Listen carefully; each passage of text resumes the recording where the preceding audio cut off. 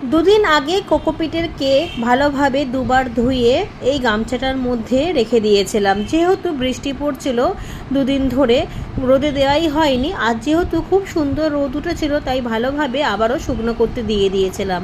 সাথে কিছুটা বাসি ভাত নিয়ে এনেছি। এটা দুদিনের বাসি ভাত এমনি এনে রেখে দিয়েছিলাম, তাতেই কিন্তু পচে গিয়েছে। এটার সাথে একটুখানি সর্ষের খোল খুব ভালোভাবে মেখে চটকে নেব। সাথে একটু সর্ষের যে কেকগুলো আছে, খোলের কেক, সেটাও এনেছি, সেটাও জলে ভিজিয়ে রেখেছি।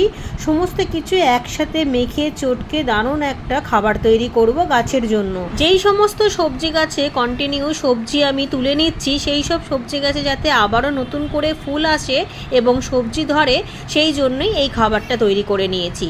সর্ষের খোলের গুঁড়োটা ব্যবহার করলেও কেকটা কিন্তু আমি সব সময়তেই ব্যবহার করি। কেকটাও গলিয়ে নিয়েছি এবং সমস্ত কিছু মিশিয়ে প্লেন জলের সাথে পাতলা করে